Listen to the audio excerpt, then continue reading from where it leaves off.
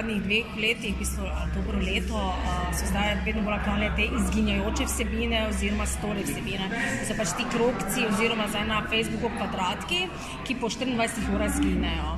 In na začetku ljudje sploh niso vedeli, kaj v bistvu se dogaja, in zdaj vedno bolj opažajo, da je to nekaj super tam noter, ne. Zdaj vemo, ljudje radi vidijo, kaj se dogaja v backstageu v bistvu, ne, in to je en super način, kjer lahko predstavite podjetje tudi na drugačen način, se pravi, kaj se vam dogaja v podjetju, ali ne vem, kako kaj izdelujete, ali kaj se dogaja tekom dneva pri vas, in ljudje po mojih tudi statistikah vedno bolj to spremljajo.